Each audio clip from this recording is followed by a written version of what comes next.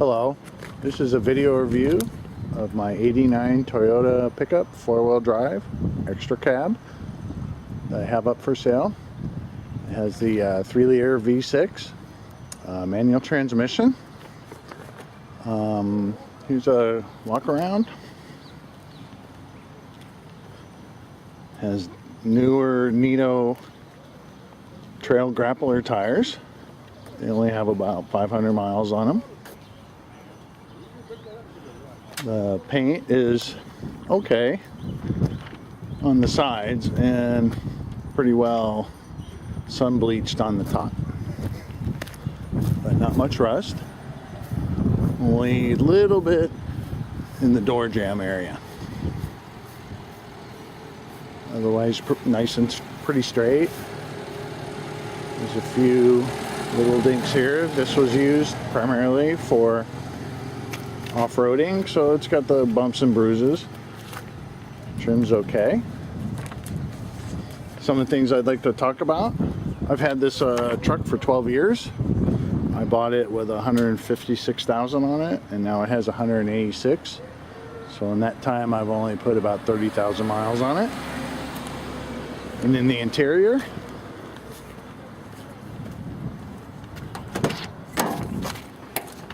I installed the 2005 Honda Civic seats. Got a good deal on them, and they're very much more comfortable than the original seats. They're in good shape, no tears, no stains. The floors, kind of the sun, if you can see it okay, pretty clean. No holes on the driver's side. I have the, let's see it, I have the SR5 gauge cluster installed. I'd also taken out the original odometer and put it in this one so the miles are correct. I have a nice Alpine stereo with an in-dash sideband CB.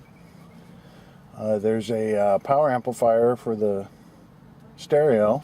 It's tucked under here, under the glove box, so it's not taking up any room anywhere else. I have good quality Pioneer speakers in the front. I have audio bond subwoofers in the rear with some ball plug tweeters right there. Other things I've done. It has the compass, which is relatively accurate. Has a cruise control. That's the controller for cruise control. And then on the other side, there's the controller for the locking differential. Next I'll go over the engine. Alright, here's the engine compartment. Give you an idea of things I've done here. This engine is really good shape, even though it has 186 on the chassis. When I purchased it, it had this sticker on it saying it was rebuilt at 143,000 miles. And when I look at it, I kind of believe it.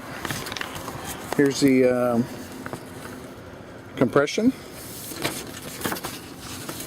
of the cylinders. When I did this, it was a while ago, but it runs really good. There's the valve specifications. They were all in good shape. This truck easily passes smog. Here's the results of my last smog. This was done, I'm not sure you can read this. This was done yesterday. And those are the results. The small guy was pretty impressed with it. Other things I've done is all the radiator hoses have been replaced. All the heater hoses have been replaced. Those are all replaced with OEM parts. I also have the rear brake valve proportional removed and replaced it with this adjustable one, and that's been a big help. There's some cruise control. This is a Rosetta cruise control. There's the module. When I installed it, I purchased a Forerunner throttle body that had the linkage for cruise control, so I like this a lot better than the original setup they had. This tube has been replaced. It had a crack on the bottom side, so that was replaced. I replaced the oil cap too, just so it doesn't weep any oil right there. It has the Optima battery, and also I put an accessory fuse box in. That way that's for the stereo and the CD and stuff like that. I also installed, put the upgrade wiring for the headlights. These are the Gila E-Code headlights. I have 55 and 100 watt bulbs in it. I installed 12 gauge wire throughout it, so the voltage drop isn't as much. And then in there you may not be able to see. Those are the relays I used. I used weatherproof relays, so no exposed connectors or anything like that. Timing belt was replaced when I got it, so it only has 30,000 on the timing belt. Power steering pump, I purchased a new rebuilt one. It was kind of leaking a little when I purchased it, so that's in good shape. The radiator fan, it had some cracks. I've heard these can fall apart after a long time, so I bought a new OEM one. It's only got about 10,000 miles on it or less.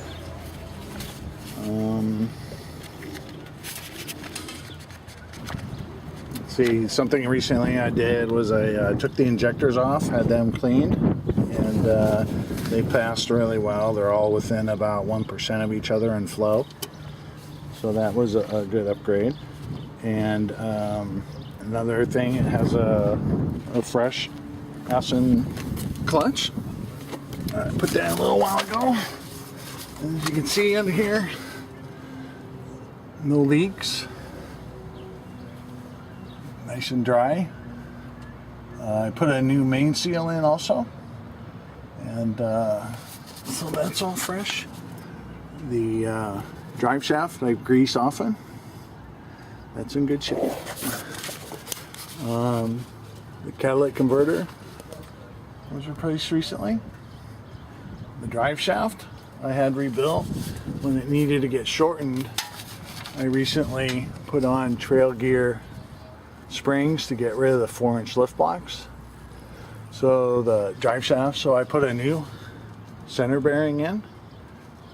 That's fresh. It has Bilstein shocks, front and rear. Here's the front suspension system. Got the Downy shock hoops. The upper control arms were just replaced. The bushings were all crushed out, making it hard to align it. So that's new.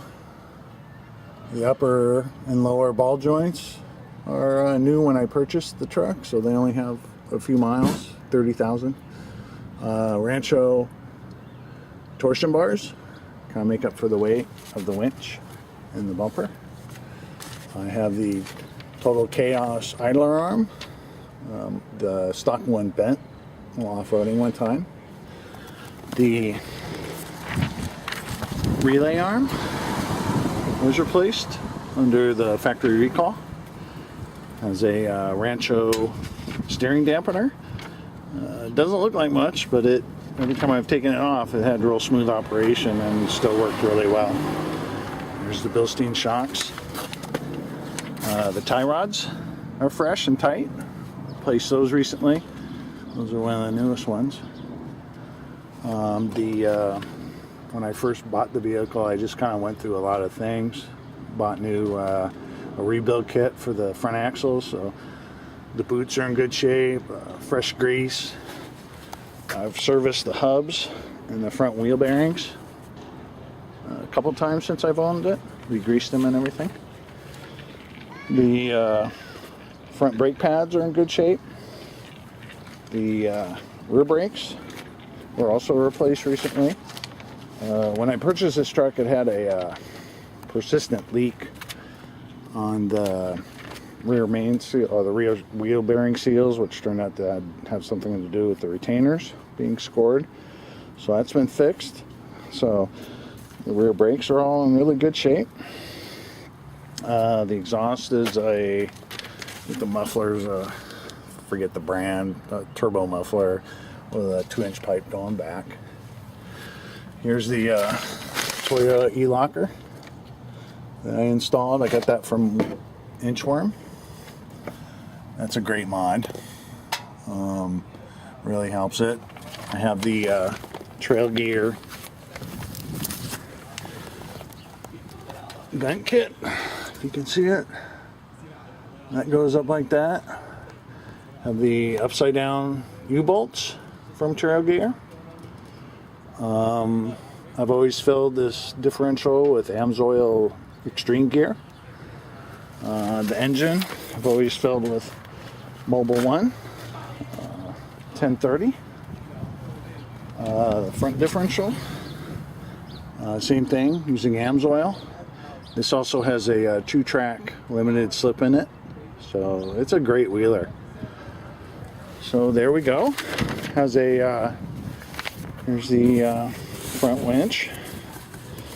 It's a Warren MX 8000.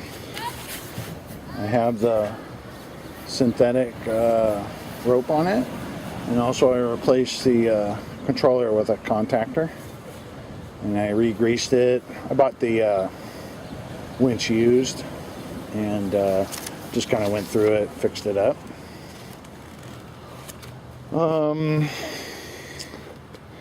Let's see, I think that kind of covers it. Just do one more walk around.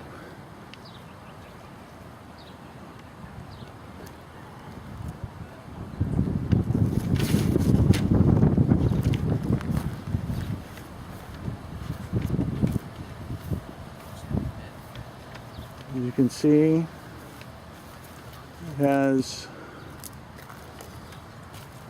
kind of off-road branch scratches in the paint, but no serious dents. There's some more scratching. So paint-wise, it's not so good. I kind of did it that way because it'd be less likely for someone to attract a thief. So I just kind of worked on the mechanicals and left it the way it was, and that way I could maybe keep it longer. There's some close-ups. These are probably where the worst of the denting is. There you can see kind of a dimple. And it kind of scratched through a little bit. Here's another dent. Looks like there was some Bondo there at one time, but not too bad. In the back, you can see how the bumper kind of sits sideways a little bit, or cocked sideways. That was from off-roading and doing a big transition, and it kind of hit and pushed it up. Don't know how to fix it, didn't want to make it worse. So it's not the bumper that's bent, it's the brackets. So it's probably fairly easy to fix. It's got a bed liner.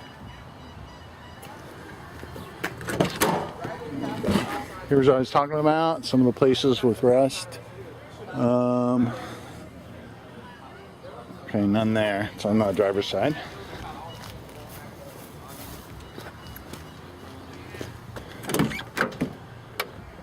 So right in there, let's see, can you see it? I'll get up closer. There we go. So it's not real deep, but something easily fixed during if you decide to get a paint job. The trim is kind of ozoned out on the windshield. I have part numbers to replace that, but It's a little pricey. And there's another shot of the e-locker controller that I installed. So, kind of covers it.